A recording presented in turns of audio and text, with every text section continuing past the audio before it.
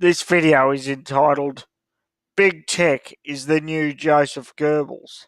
Back in the 1930s, Hitler employed people like Joseph Goebbels as their main propaganda arm to release to the public what they wanted the public to think and to feel.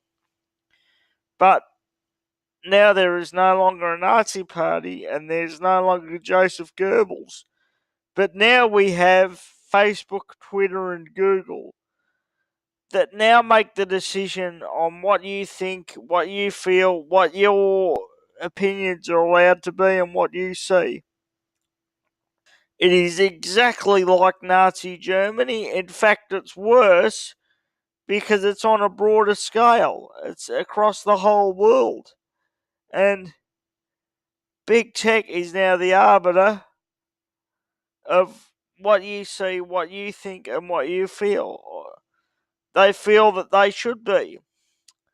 Just today, Zero Hedge, who in my opinion are a fairly mainstream conservative news organisation, has just been banned from Facebook.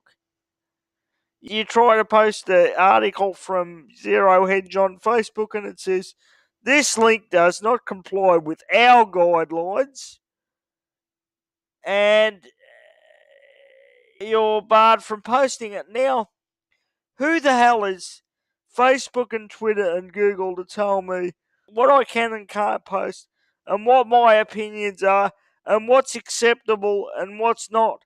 That's communism, ladies and gentlemen, and that's a digital gulag which we are now currently in, and that is unacceptable. That is not the practices of a free society, what Western countries are supposed to be. Now, if something gets posted and it's ridiculous and it's without fact and it's baseless, the court of public opinion will make its judgments on that. The czars of Facebook and Twitter and Google have no right, and they have no right to tell me as an adult what I'm allowed to see and what I'm not, and what I'm allowed to believe and what I'm not. That's disgusting. That's Chinese style communism and old Nazi Germany style communism. The Nazis never disappeared, ladies and gentlemen.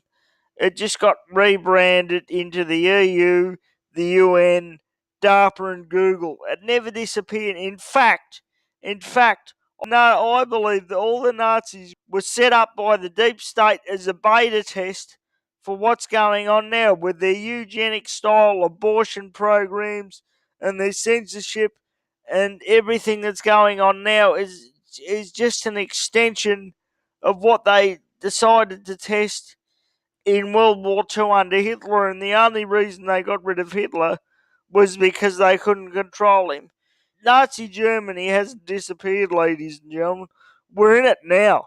We're in it right now. Facebook tells me what articles I can see and what articles I don't see. How dare they? How's the arrogance? How dare they have the right?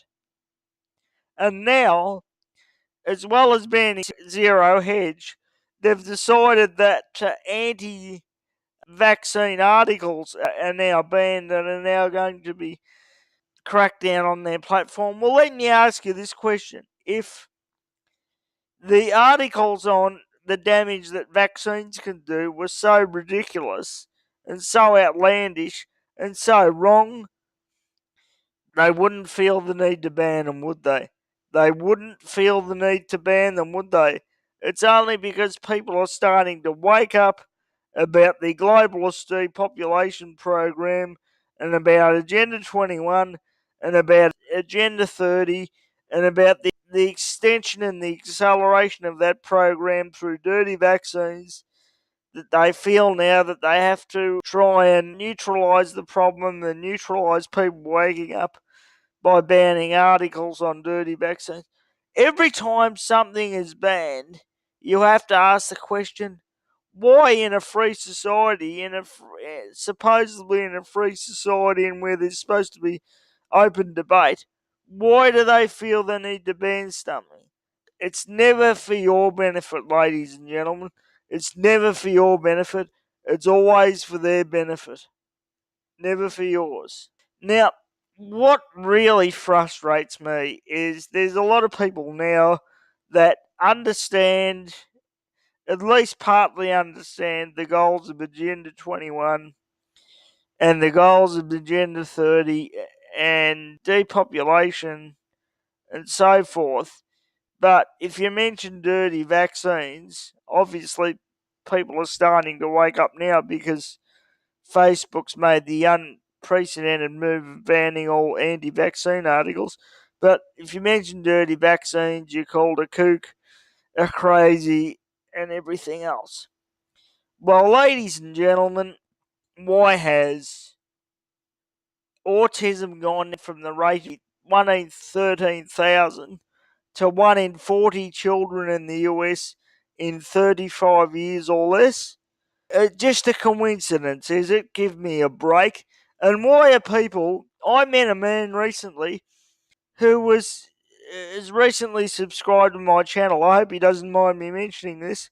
Who was fine, who was healthy, and then he got a flu shot, and then he got sick, and he ended up in a wheelchair as a bad reaction to the flu shot. Now, I have an experience to do with this myself. I used to receive a flu shot regularly because my mother, who's now waked up to vaccines, but she used to be like, "You've got to get the flu shot, you've got to get the flu shot." And every time I got the flu shot, I got a severe cold bordering on a flu and got extremely sick. And I've heard of people's children dying, I've heard of people getting extremely sick. Now, I know critics of my theories on the dirty vaccines are going to go, well, if their goal is to depopulate through dirty vaccines, everyone who gets a vaccine, why don't they sort of wipe, every second or third or fourth person out or whatever? My answer to that question is the reason why they neutralise you with a disability or with a sickness instead of wiping you out is because, one, it's too obvious if it starts happening in an extremely regular basis, and two, what a lot of people don't even think about, and I'm not even sure Amazing Polly's thought about it, although she probably has, she's extremely smart, is that you've tied up several generations to the system who are going to be begging for the one world government by the end because they just want to be taken out of their misery.